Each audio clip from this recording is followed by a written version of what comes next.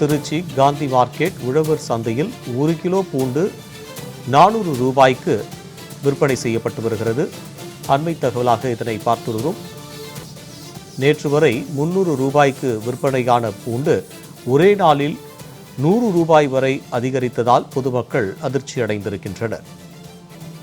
1 kilo பூண்டு 400 ரூபாய்க்கு விற்பனை செய்யப்பட்டு வருகிறது.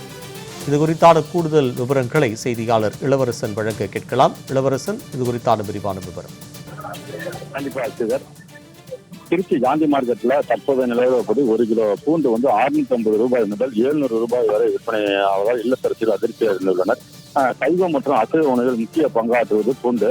இந்த பூண்டின் விலை கடந்த வாரத்தை பார்க்கும்போது தற்பொழுது விலை உயர்ந்துள்ளது. குறிப்பாக கடந்த வாரம் 1 கிலோ ரூபாய்க்கு விற்பனையான மலைப்பூண்டு 450 ரூபாய்க்கு விற்பனையானது தற்போது 650 ரூபாய்க்கு விற்பனை ஆகிறது. அதே போன்று கரைப்பூண்டு 1 கிலோ 200 ரூபாய்க்கு விற்ற நிலையில் தற்போது 350 ரூபாய்க்கு விற்பனை ஆகிறது.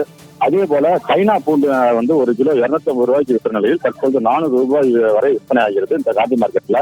அதே சமயத்தில் சில்லறை விற்பனை மற்றும் மளிகை கடையில 1 கிலோ பூண்டு 700 ரூபாய் வரை விற்பனை ஆவதால் இல்லத்தரசிகள் கடும் அதிர்ச்சி அடைந்துள்ளனர்.